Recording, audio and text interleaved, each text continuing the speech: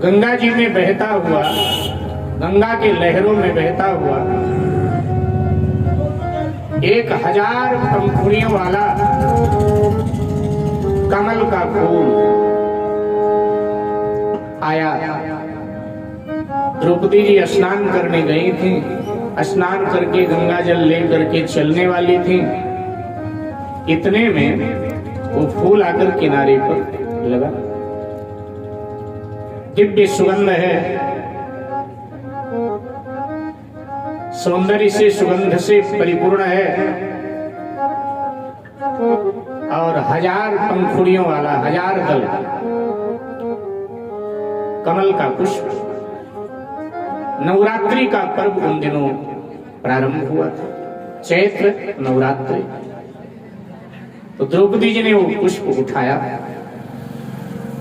और जब पुष्प हाथ में उठाया तो द्रौपदी जी के मन में भाव आया कि अगर ऐसे 107 फूल और मिल जाए तो मैं भगवती जगदम्बा का पूजन करूं। एक एक जो 108 नाम माँ भगवती के हैं, तो एक एक नाम पर एक एक पुष्प में जगदम्बा को चढ़ा। और जगदम्बा माँ प्रसन्न हो तो अनाचारियों ने जो मुझ पर अनाचार किया है, मैं उनसे कहूं कि माँ उसका प्रतिशोध मुझे मिले। ये भाव आया है। और वह हाथ में पुष्प लिए लिए भीमसेन के पास आई, जहां बैठे हुए थे। और भीमसेन से कहने लगे कि देखो ना, गंगा जी के लहरों में बहता हुआ ये पुष्प आया, उत्तर दिशा की ओर से आया। तो उत्तर में ही कहीं कोई सरोवर होगा, जिस सरोवर में 1000 पंखुड़ियों वाला कमल का फूल खिलता होगा।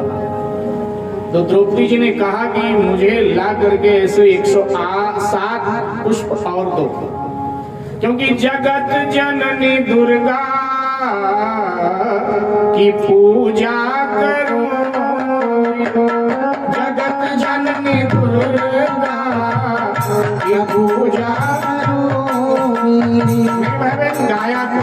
मैं बार बार कहता हूँ कलयुग में गाने का बड़ा लाभ, कथा याद नहीं रहेगी, लेकिन जितना गाओगे उतना तुम्हारा हो जाएगा। और सीधी सीधी सरल सरल भाषा में तो हम कथा कर रहे हैं।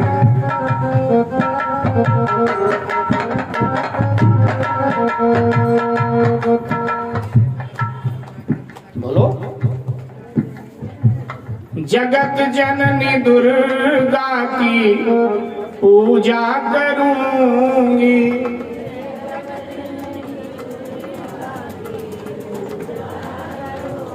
अब इतना बढ़िया गाते हो फिर भी शर्माते हो। अब गाते रहना ये नहीं, संगीत बजे और आप आराम करो। आप सोच रहे होंगे महाराज गाँव इनको तो दक्षिणा मिलनी, हमको क्या मिलना है, हम काहे को गाओ। भाव से गाइए। जगत जननी दुर्गा की पूजा करूंगी, जगत जननी दुर्गा की पूजा करूंगी, उन्हें मंजरी अर्पण करूंगी, उन्हें मंजरी अर्पण करूंगी, उन्हें मंजरी अर्पण करूंगी, उन्हें मंजरी अर्पण करूंगी।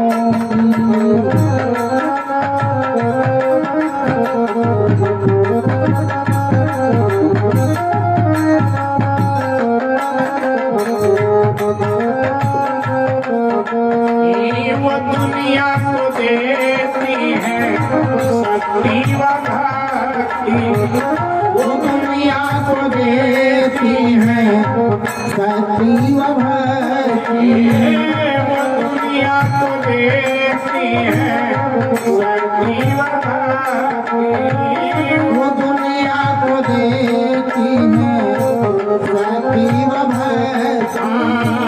चरण पड़ के मैं अर्चन करूंगी, चरण पड़ के मैं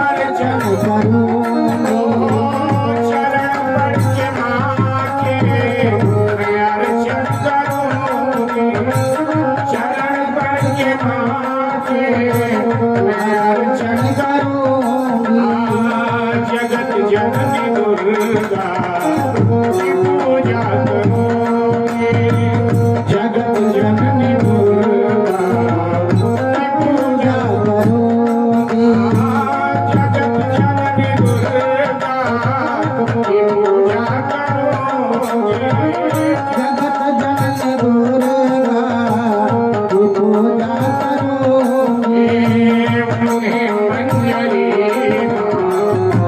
अर्पण करोगे, उन्हें मंजरी अर्पण करोगे।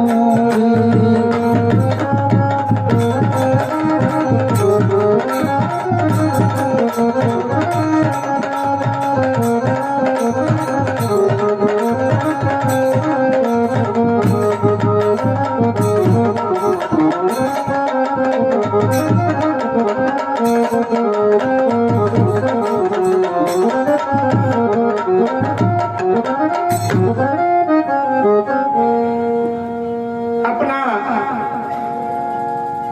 भाव भीमसेन के आगे द्रौपदी जी ने कहा। भीमसेन ने कहा कि चिंता न करें, जहां भी ये सरोवर होगा मैं वहां तक पहुंचूंगा और पुष्प लेकर के आऊंगा। और ऐसा कहकर कि भीम ने अपनी गदा उठाई और उत्तर पश्चिम के कोण में चल पड़े। दिन रात यात्रा करते हुए आगे बढ़ रहे हैं। रास्ते में हाथी गैंडे शेर आते हैं उत्पात मचाते हुए। भीमसेन उनकी दहाड़ों से भी घबराते नहीं, बल्कि गदा से उनको ठिकाने लगाते हुए आगे बढ़ रहे हैं।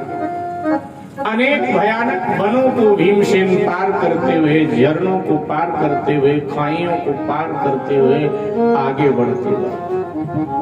केले का जंगल आया, भीमसेन भूखे थे, सो खूब केले तोड़ तोड़ कर खाए और खाने के बाद में उनको भी उजाड़ते हुए आगे बढ़े। जो हरियाली थी उसको मिटाने आगे बढ़ते गए। मेरे भाई बहन, हनुमान चट्टी जहां वर्तमान में है, जब वहां भीमसेन पहुंचे तो क्या देखा, एक विशाल का बूढ़ा वानर पगडंडी पर पड़ा हुआ है। जो पगडंडी थी ना जाने की आ गया, वहां लेटा हुआ। नहीं भीम ने अब है देरी लगा, नहीं भीम ने अब है देरी लगाई, कदम अपना आगे कैसे बढ़ाए, कदम अपना आगे जैसे बढ़ाई, वही राह में वानर पड़ा था, वही राह में वानर पड़ा था, हुआ भीम नारा पथ छोड़ भाई, हुआ भीम नारा पथ छोड़ भाई, नहीं भीम ने देरी लगाई, नहीं भीम ने देरी लगाई।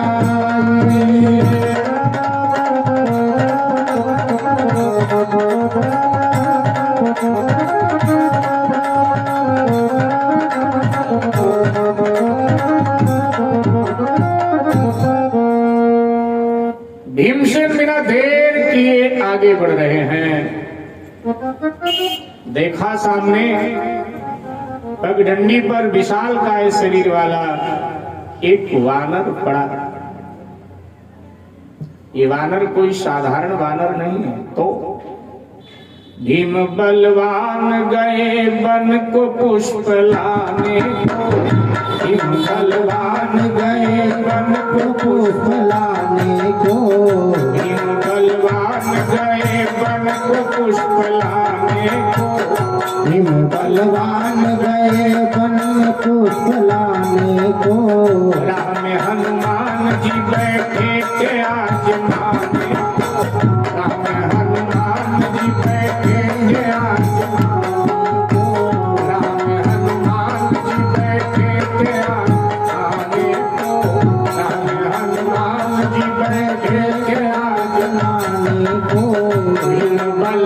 गए वन को पुष्प लाने को। भीम बलवान गए वन में पुष्प लाने को।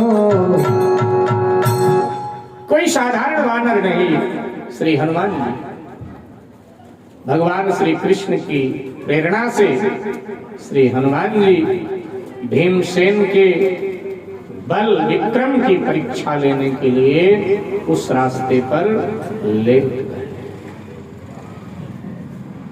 भीमसेन पहुंचे तो देखा जो रास्ता है उस पर बूढ़ा वानर लेटा हुआ। अच्छा, लांघना नहीं चाहिए किसी को। शास्त्र कहता है किसी को लांघ करके आगे नहीं जाना चाहिए। लांघा हुआ भोजन नहीं खाया जाता, लांघा हुआ पानी नहीं पिया जाता, लांघ कर आगे नहीं बढ़ना चाहिए। तो अब भीम ने कहा, भाई कौन है, रास्ता छोड़, मुझे आगे जाना है। तू रास्ते में क्यों पड़ा है? एक बार दो बार कहा तो हनुमान जी महाराज बोले, अब मैं बूढ़ा हुआ है न जाता चला, अब मैं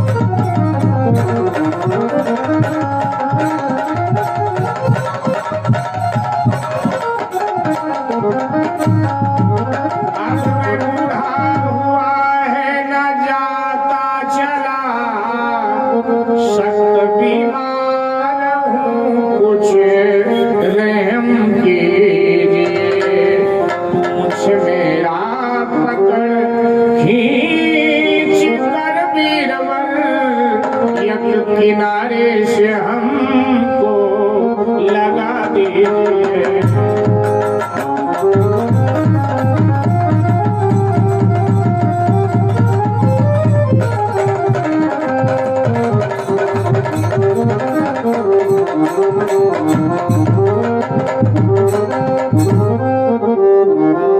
मैं बूढ़ा हूं,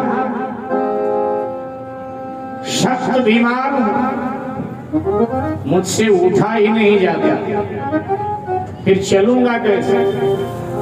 इसलिए हे वीरवर, आप मेरा पूंछ पकड़कर मुझे घसीट कर एक किनारे कर दीजिए और स्वयं निकल जाइए। जैसे